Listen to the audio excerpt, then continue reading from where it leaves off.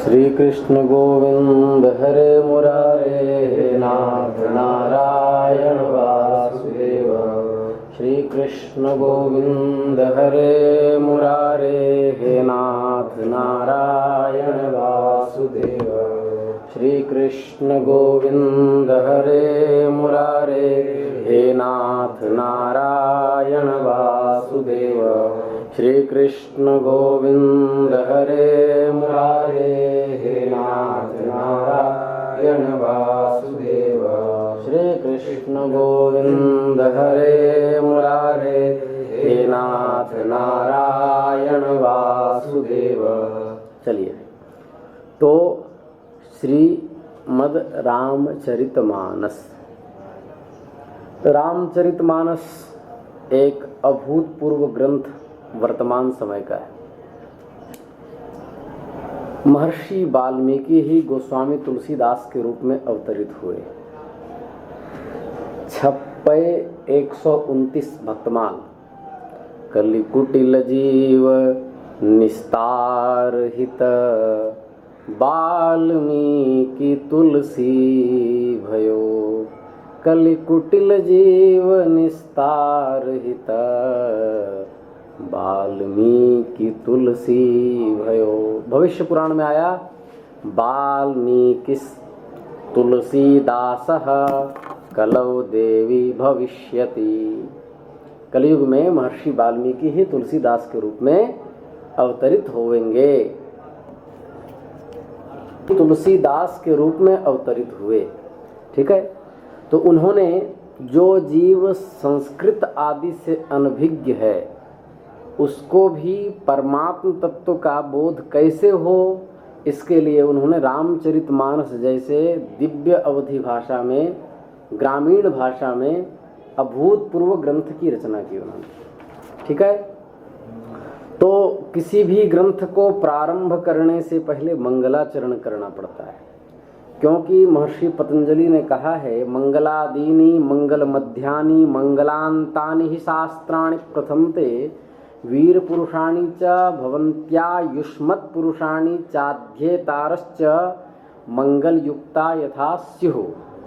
अर्थात ग्रंथ के आदि में मंगल, ग्रंथ के मध्य में मंगल और ग्रंथ के अंत में मंगल यदि करते हैं तो छात्रों की बुद्धि में वृद्धि होती है और क्या होता है, शास्त्रों का विस्तार होता है और अध्येता जो हैं, अध्ययन करने वाले जो हैं, उनको उत्तरोत्तर अभ्युदय की ओर उनको क्या होता है, लाभ की प्राप्ति होती है। मतलब वो मोक्ष की ओर बढ़ता है, उसका मंगल होता है। ठीक है, ऐसा पातंजल महाभाष्य के भूवादयो धातव में आया है। तो मंगलाचरण अत्यंत आवश्यक है।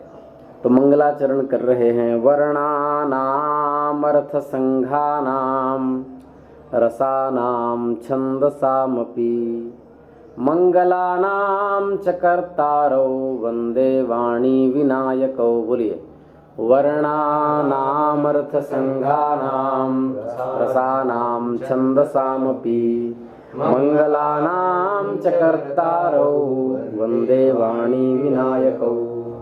ठीक है, इसमें पद निकालना है। वर्णानाम एक, बोलिए, अर्थ संघानाम दो, रसानाम तीन, छंदसाम चार, अपि यह अव्यय है पाँच, मंगलानाम छः, च सात, कर्तारौ आठ, वंदे नौ और वाणी विनायकौ 10।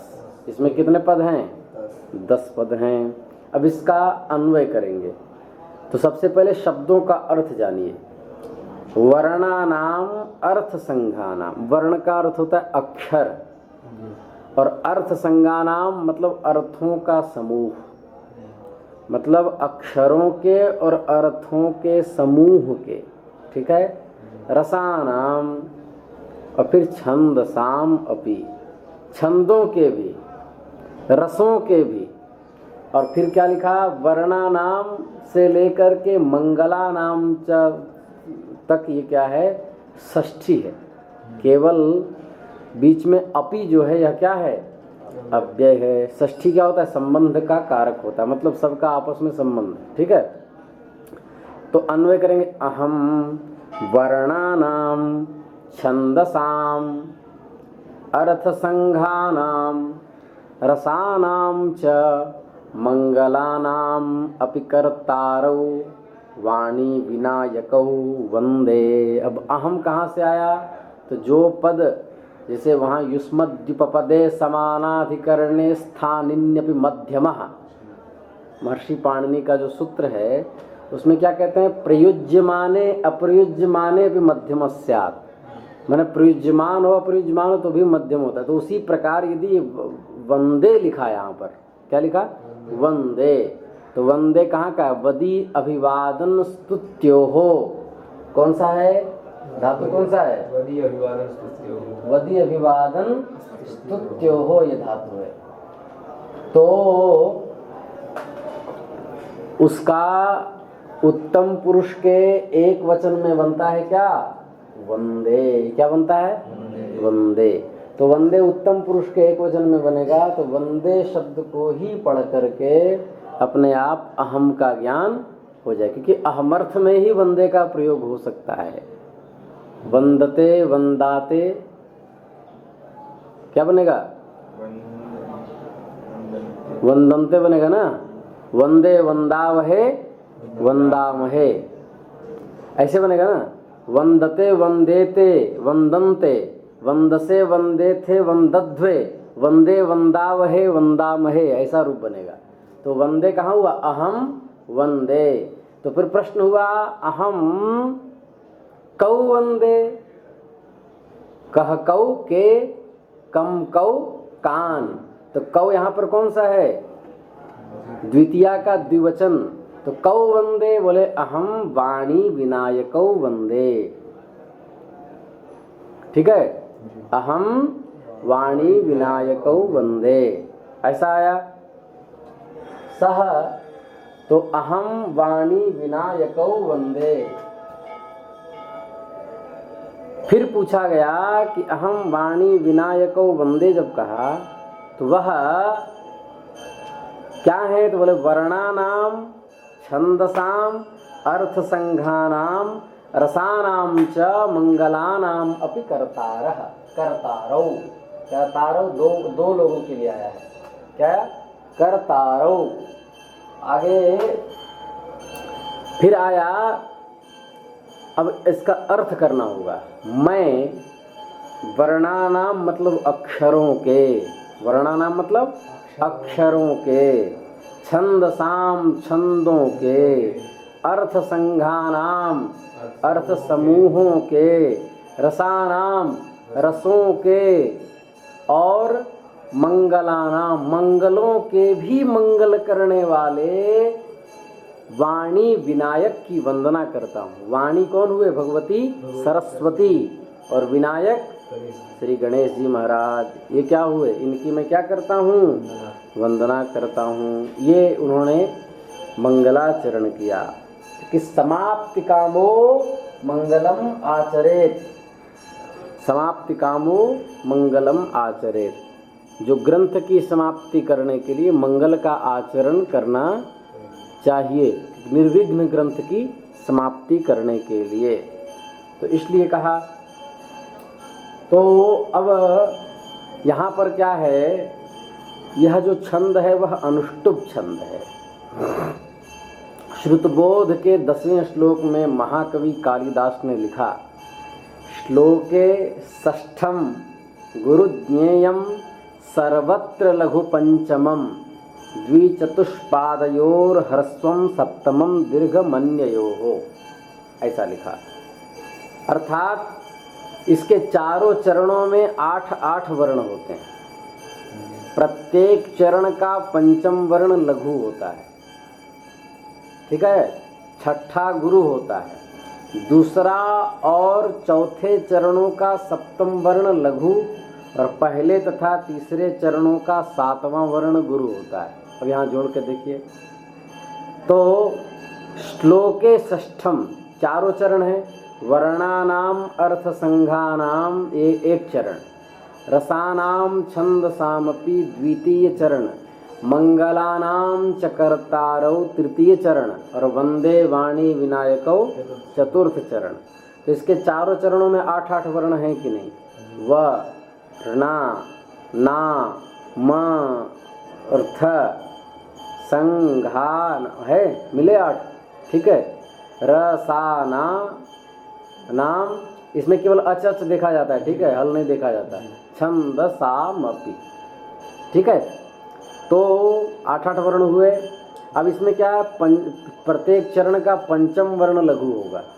तो वर्णानामर्थ संघानाम, प्रत्येक चरण का पंचम वर्ण लघु और छठा गुरु होगा। ठीक है।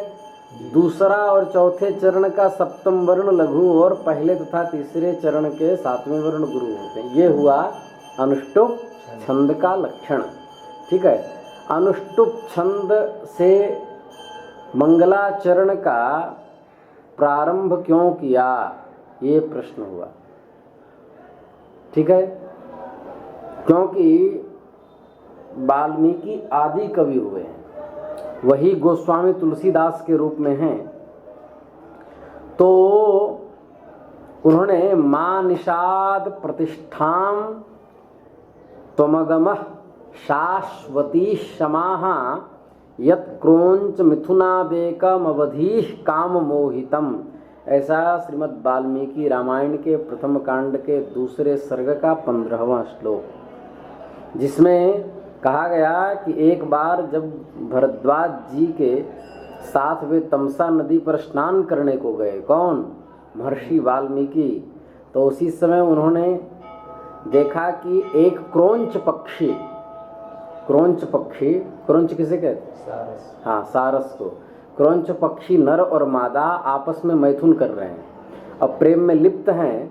अपने मादा के साथ वो जोड़ा खा रहा था और उसमें व्याध ने उस पर बाण मार दिया, जिससे वह छटपटा करके क्रोंच पक्षी का जो वो एक पक्ष था वो मर गया, उसका नर मर गया। मादा करुण स्वर से चिल्लाने लगी, जब प्रेमालाप अवस्था में जब नर और मादा हो तो उस समय प्रकृति और पुरुष हो तो उस समय आघात नहीं करना चाहिए, अपराध बहुत बड़ा अपराध है। तो करुणा स्वर से चिल्लाने लगी। महर्षि वाल्मीकि को देखकर दया आ गई कि यह अभी पूरी तरह से पुष्ट भी नहीं हो पाई और इसके मध्य में ही इसने आघात कर दिया। यह दृश्य देखकर उन्होंने व्याध को शाप दे दिया, पर वह साप उनके मुख से अकस्मात अनुष्टुप छंद में निकला। उससे पहले धरती पर अनुष्टुप छंद नहीं था, तो छंदोबद्ध श्लोक के रूप में निकला। इससे पूर्व कभी भी श्लोक में छंदोबद्ध वाणी उपलब्ध नहीं होती। तो उसी वाल्मीकि जी के पूर्व जन्म के संस्कार के वशात उन्होंने जब रामचरितमानस की रचना की तो मंगलाचरण अनुष्टुप छंद से ही उनका प्रारंभ हुआ।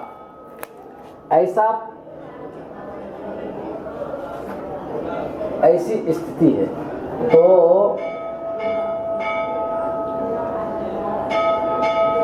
एक मिनट, तो गोस्वामी तुलसीदास जी के समकालीन सुप्रसिद्ध भक्तमाल रचयिता श्रीमद् गोस्वामी नाभा नारायण दास जी ने भी वाल्मीकि का अवतार कहा है। किनको? गोस्वामी तुलसीदास जी को। क्या कहा है? कलिकुटिल जीव निस्तार हित वाल्मीकि तुलसी भयो, कलिकुटिल जीव निस्तार हित वाल्मीकि तुलसी भयो। ठीक है। इस प्रकार तो गण का विचार हो गया। अब एक बात और, वृत्त रत्नाकर में नारायण भट्ट ने, जो छत्रपति शिवाजी का राज्याभिषेक करने वाला नारायण भट्ट, उन्होंने वृत्त रत्नाकर में उसकी टिप्पणी में आया है, जिन्होंने वृत्त रत्नाकर लिखा उसकी टिप्पणी में, मो भूमि श्रियमातनोति यो जलम वृद्धिम रचाग्निर्मृतिम सो वायु परदेश दूर गमनम तब्योम शून्यम फलम जह सूर्यो रुजमा ददाति विपुलम भेन्दुर्यशो निर्मलम नो नाकश्च सुखप्रदः फलमिदं प्राहुर्गणानां बुधाहा। ये श्रुत बोध के अंत में भी आया है, वहाँ टिप्पणी में भी दास ने पढ़ा है। मंगलाचरण में भी किस गण का कब प्रयोग करना है, यह भी एक प्रश्नीय विषय है, प्रश्न करने योग्य विषय है। किस गण का कहाँ पर पाठ करना है, क्योंकि कुछ गण जो है तो घातक होते हैं। जैसे सूत्र है यमाता राजभान सलगा, तो यगण मगण तगण रगण और जगण भगण नगण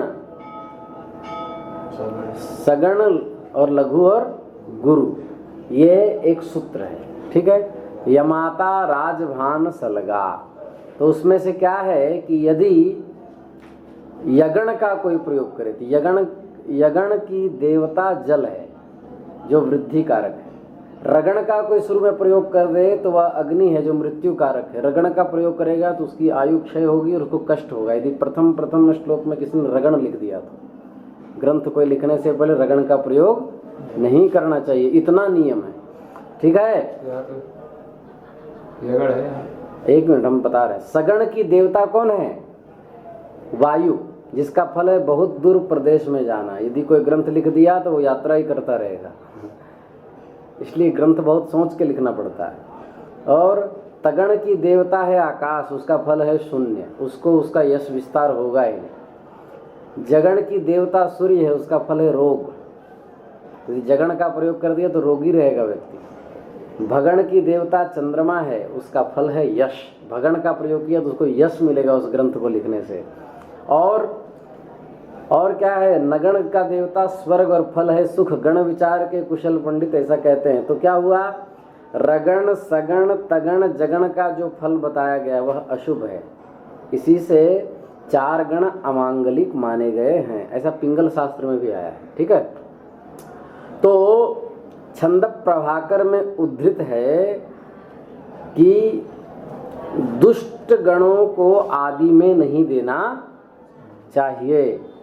दुष्टा रसतजा यस्मात् धनादीनां विनाशकाः काव्यस्यादौ न दातव्या इति छंद विदो जगुः। ठीक है, ये छंद प्रभाकर में आया है।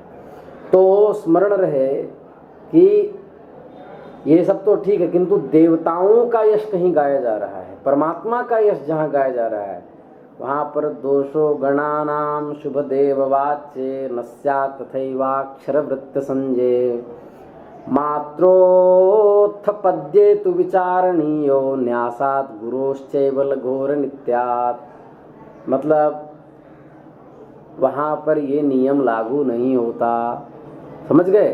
हाँ, लौकिक कोई ग्रंथ जैसे जगन्नाथ पंडित जगन्नाथ शास्त्री जगन्नाथ तैलंग जी ने जो लिखा, जो रसगंगाधरकार हैं, उन्होंने लिखा, तो उन्होंने ग्रंथ लिखा भामिनी विलास, जिसमें अपने पत्नी के पूरे सौंदर्य का वर्णन किया।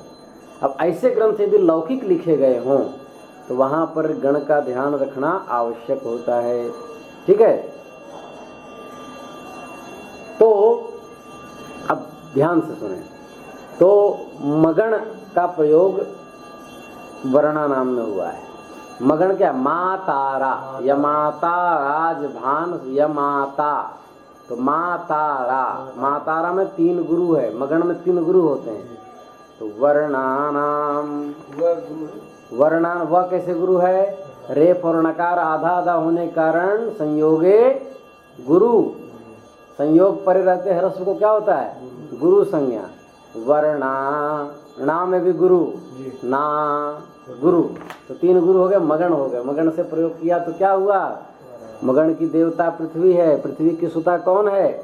जानकी जी हैं, पृथ्वी की पुत्री। तो ये मगण हुआ, इसके कारण इन्होंने जानकी जी का स्मरण कर लिया मगण से, समझ गए? और स्त्री जाति को मातृ संबंध विशेष प्रिय होता है? कुछ ही बोलेंगे तो क्योंकि हम मायके में ऐसे होता था, मेरी माँ ऐसे करती थी। पत्नी दिन भर पति को अपने मायके के बारे में ही बताती रहती। तो मातृ संबंध होता, जानकी जी को उनकी माता का स्मरण करवाना, पृथ्वी का स्मरण करवाना, ताकि वह आनंद विभोर होकर के शुभाशीर्वाद दे दें और जिससे गोस्वामी जी के मनोरथ अवश्य पूर्ण हो जाएंगे। इसलिए उन्होंने मगन का प्रयोग किया। तो यह जो है क से लेकर के ह तक 33 वर्ण व्यंजन है। क ख ग घ ङ छ छ ज झ य ट ठ ड ढ ण त थ द ध न प फ ब भ म। तो इस तरह क्या हुए य र ल व श श स ह। ये क्या हैं? 33 वर्ण व्यंजन हैं। 9 क्या है? स्वर हैं। कौन कौन? अ ई उ री री ए ओ आई औ। ये क्या हैं? 9 स्वर वर्ण हैं। इनको सबको मिला के क्या कहते हैं? 42 अक्षर हुए। इनको अक्षर समाम्नाय कहते हैं। क्या कहते हैं? हाँ। और एक एक अक्षर के अनेक अर्थ हैं। इसीलिए कहा आखर अर्थ अलंकृति नाना छंद प्रबंध अनेक विधाना भाव भेद रस भेद अपारा कवित दोष गुण विविध प्रकारा। ठीक है। तो आखर अर्थ अलंकृत नाना ये है क्या? रामचरित मानस। तो ये वर्ण हुए कौन? क से लेकर ह तक सभी वर्ण की वंदना कर दी, क्योंकि ये माहेश्वर चतुर्दश सूत्र से संग्रहित हैं। माहेश्वर चतुर्दश सूत्र क्या है? महर्षि पाणिनि के व्याकरण में लिखा है अ ई उण रील ऋक ए ओंग ऐ औच हाया वरट लं यमंगण नम झभै घट धश जब गड दश ख फ छ ठ थ चट तौ कपय शशसर हल। ये क्या हुए? माहेश्वर सूत्र। इसमें कितने वर्ण हैं टोटल? 42 अक्षर हैं। कितने हैं? 42। तो 42 अक्षर हैं। तो इनको क्या किया? पाणिनि शिक्षा में आया है ना, त्रिषष्टिश्चतुष्षष्टिर्वा वर्णा शंभु मते मताहा। 43 भी मानते हैं। प्राकृते संस्कृते चापि स्वयं प्रोक्ता स्वयंभुवा। भगवान शिव ने स्वयं कहा है स्वरा विंशतिरेकश्च स्पर्शानां पंचविंशतिः यादयश्च स्मृता ह्यष्टौ चत्वारश्च यमा स्मृताः। यम बताए तो हम आपको सिद्धांत कौमुदी में ये पढ़ाएंगे। ठीक है। तो वर्णानाम अर्थ संघानाम वर्णों का और अर्थ संघानाम अर्थ समुदाय का। तो पहले समझिए वर्णानाम अर्थ संघानाम कौन कौन से? वेद के 6 अंग हैं। शिक्षा, व्याकरण, कल्प, शिक्षा, व्याकरण, कल्प और ज्योतिष।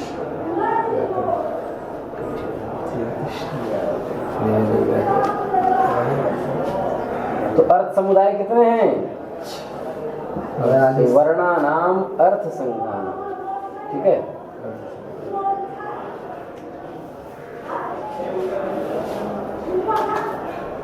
शिक्षा हो गए, व्याकरण हो गए, कल्प हो गए, ज्योतिष हो गए, निरुक्त हो गए और छंदः। छंदस शब्द है छंदः। हाँ तो बोल तो दिया। शिक्षा, व्याकरण, कल्प, ज्योतिष, निरुक्त और छंद। और इनके उपांग हैं इतिहास, पुराण, स्मृति और न्याय। ये क्या हुए? उपांग हुए। अर्थ अर्थ संघानाम का अर्थ कर रहा हूँ। और चारों वेद, ऋग्वेद, यजुर्वेद, सामवेद और अथर्ववेद, 4 वेद हुए। इसके 4 उपवेद कौन कौन? आयुर्वेद, धनुर्वेद, गांधर्व वेद और अथर्ववेद को भी ले लेते हैं, उसमें स्थापत्य वेद आएगा। तो वर्णों में शिक्षा, अर्थ संघों में व्याकरण, कल्प, ज्योतिष, निरुक्त, न्याय, इसमें वैशेषिक भी आ जाएगा। वैशेषिक, सांख्य, मीमांसा, इतिहास, पुराण, उपवेद। ठीक है। और रसों में क्या आ जाएगा? समस्त काव्य ग्रंथ, समस्त काव्य ग्रंथ, जैसे जैसे उत्तर रामचरितम, रघुवंश महाकाव्यम, गोस्वामी जी के पहले था कि नहीं सब? और कौन सा आएगा? जो भी परमात्म परक जो भी काव्य रचे गए हैं, परमात्मा, हाँ वही आएंगे। क्योंकि और दूसरे की वंदना क्यों करेंगे? जिसमें नायक नायिका का चरित्र हो उसकी वंदना गोस्वामी जी क्यों करेंगे? श्रेष्ठ नायक कौन है? साहित्य के अनुसार श्रेष्ठ नायक श्री कृष्ण को कहा जाता है, और धीरोदात्त नायक हैं राम। ठीक है, उदात्त नायक। तो ये क्या हुआ, इस छंद में मैंने रस में समस्त काव्य ग्रंथ हुए, और छंदों के ग्रंथों में वेदों से लेकर सभी विद्याएं आई हैं। छंद कौन कौन सा है? तो वैदिक छंद देखो वहाँ लिखा है रुद्री में, गायत्री त्रिष्टुप जगत्यनुष्टुप पंक्त्या सह, आया कि नहीं? बृहत्युष्णीहा ककुप्सूची भी शम्यन्तु त्वा, आया है? गायत्री त्रिष्टुप अनुष्टुप आदि आया है, हाँ जगती आदि। तो ये छंद हुए। तो इन सभी की क्या कर रहे हैं? इनको करने वाले कौन है? करतारो। ये इन सब की परम कर्त्री भगवती वाणी है। क्या है? वाणी। तो यहाँ भगवती सरस्वती की पूर्ण मूर्ति का ध्यान करते हैं। ये पूर्ण मूर्ति हुआ ना, पूरा सांगोपांग वेद पूर्ण मूर्ति हुआ, तो इसका ध्यान करते हैं। आगल चरकर आगे सारद सुर सरिता ऐसे करके वंदना करेंगे। लेकिन यहाँ पहले प्रारंभ करने से पहले उन्होंने वंदना कर दिया। पुनि बंदौ सारद सुर सरिता जुगल पुनीत मनोहर चरिता, अभी आएगा आगे। तो मज्जन पान पाप हर एका, कहत सुनत एक हर अभिवेका। सब हम पढ़ाएंगे धीरे धीरे, अभी तो आज तो प्रारंभ है। तो इस प्रकार वंदे, तो वर्णानाम अर्थ संघानाम करतारो, ऐसा कहा। वाणी, वाणी कौन है? सरस्वती। ब्रह्म वैवर्त पुराण के अनुसार सरस्वती भगवान विष्णु की पत्नी है। कल्प भेद हरिचरित सुहाए, ब्रह्मखंड के अध्याय 3 में।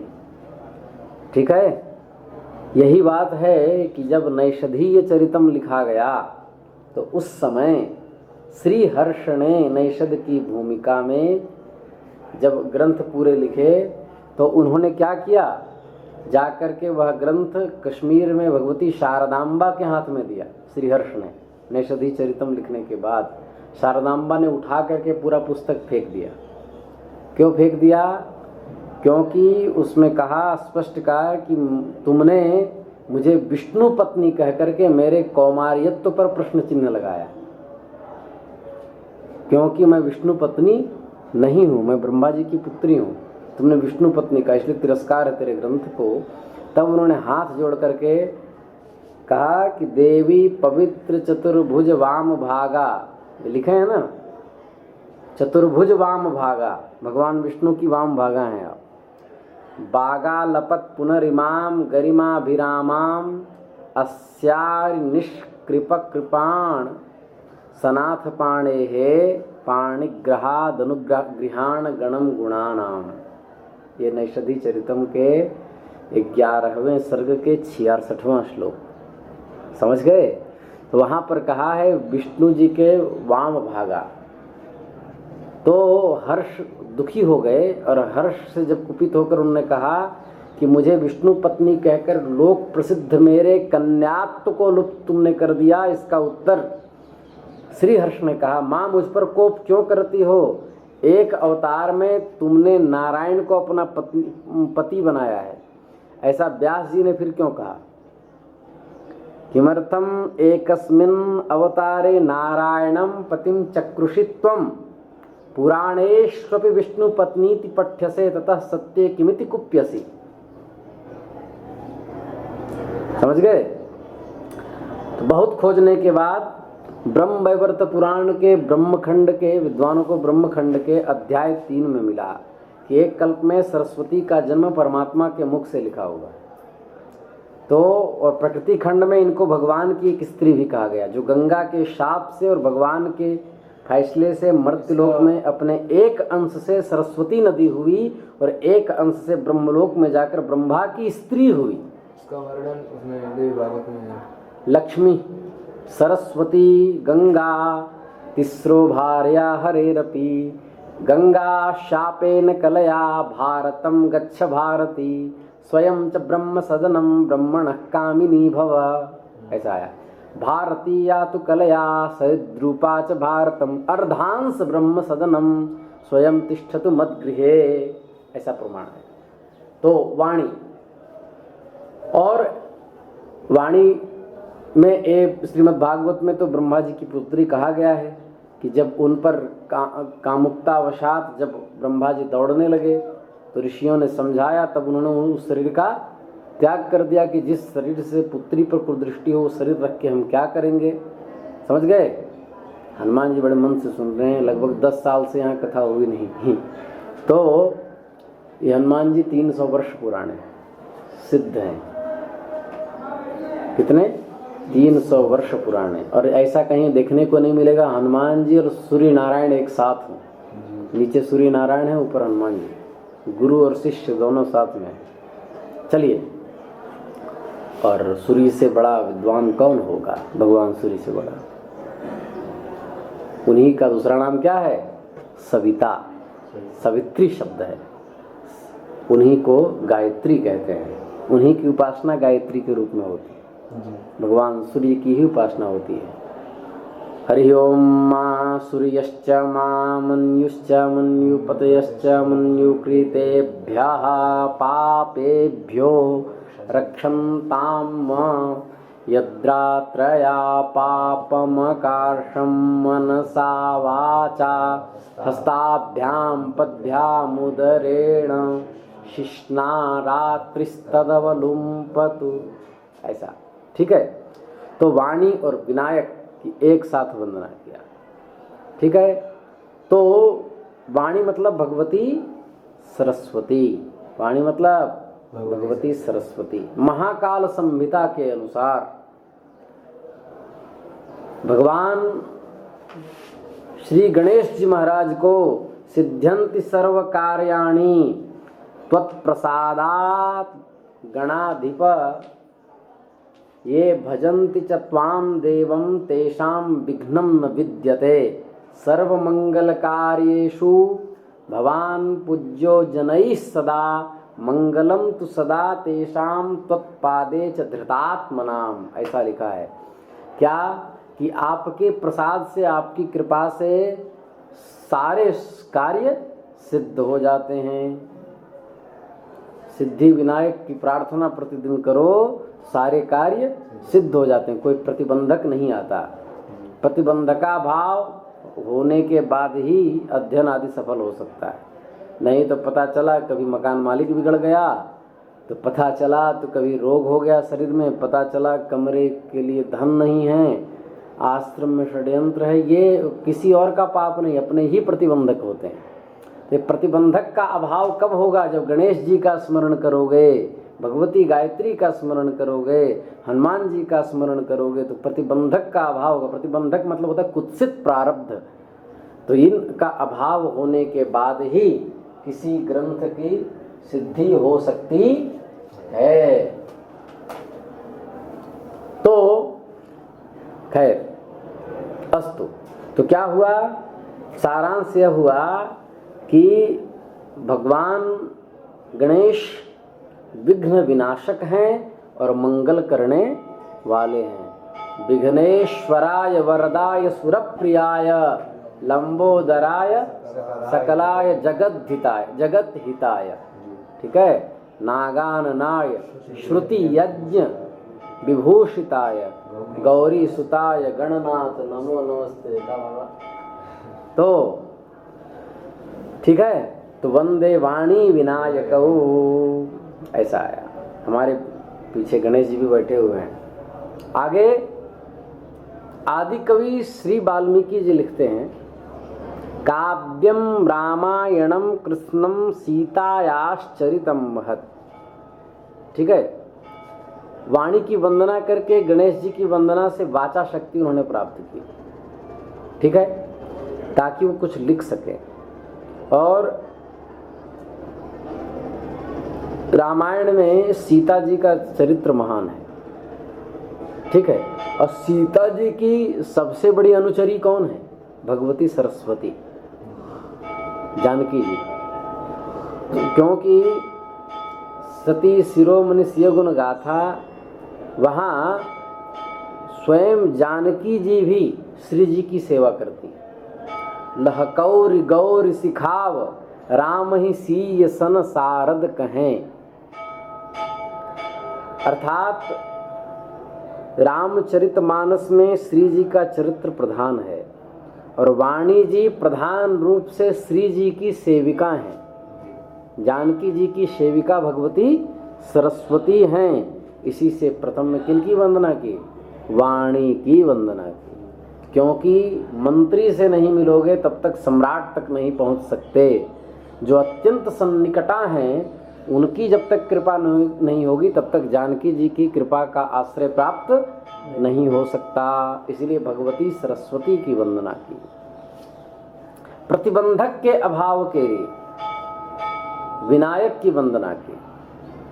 और भगवान के परम उपासक गणेश जी हैं। प्रथम पूज्यत नाम प्रभाव।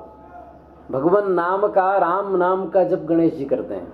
राम नाम के जप के प्रभाव से ही गणेश जी की महिमा इतनी बढ़ गई, इसलिए प्रथम पूज्य होने लगे। समझ गए? इसलिए परम वैष्णव होने के कारण विष्णु भक्तो गणाधीशो हस्ते परशुधारकः, ये गणेश जी का लक्षण है। ठीक है, विष्णु भक्त है, भगवान विष्णु के परम भक्त हैं श्री गणेश जी। इसीलिए कितने चाव से महाभारत ग्रंथ लिखा उन्होंने, क्योंकि उसमें श्री कृष्ण का चरित्र था। तो ये गणेश जी हुए, तो उन गणेश जी को नमस्कार इसलिए किया कि परम वैष्णव को जब प्रणाम हो जाएगा। परम वैष्णव तो है ही, वैष्णवानाम यथा निम्न गानाम यथा गंगा, तो उसी तरह वैष्णवानाम यथा शंभु जो श्रीमद् भागवत में आया है, तो उन्हीं शंभु के पुत्र हैं, तो परम वैष्णव क्यों नहीं होंगे? बाप जैसा होता है बेटे के अंदर वैसा संस्कार होता है, जैसे पिता होते हैं। तो भगवान विश्वनाथ भगवान के परम उपासक हैं। उसी प्रकार गणेश जी भी परम उपासक भगवान के। वो नींद आ रही है, मारेंगे बस। तो इस प्रकार क्या हुआ, किनका किनको वंदना हुई? वाणी और विनायक। मतलब माता सरस्वती और गणेश। शिक्षा, व्याकरण, कल्प, निरुक्त, ज्योतिष, न्याय, वैशेषिक, सांख्य, मीमांसा, इतिहास, पुराण, ऋग्वेद, यजुर्वेद, सामवेद, अथर्ववेद, बोलो, धनुर्वेद और आयुर्वेद, स्थापत्य वेद और गांधर्व वेद आदि होने के बाद छंद आदि जितने छंद में शास्त्र हैं और रस के जितने काव्य शास्त्र हैं जो परमात्मा की उपासना करते हैं शास्त्र, इनकी जो कर्त्री भगवती वाणी है, और विनायक विशिष्ट नायकः इति विनायकः, नेतृत्व जो पूरे रुद्रगणों का करते हैं, तो नायक, उन दोनों की मैं क्या करता हूँ? वंदना करता हूँ। आज हम यहीं तक रखेंगे, फिर कल मिलते हैं। श्री कृष्ण गोविंद हरे मुरारे, हे नाथ नारायण वासुदेव। श्री कृष्ण गोविंद हरे मुरारे, हे नाथ नारायण वासुदेव। श्री कृष्ण गोविंद हरे मुरारे, हे नाथ नारायण वासुदेव। नमः पार्वती पतये, हर हर महादेव।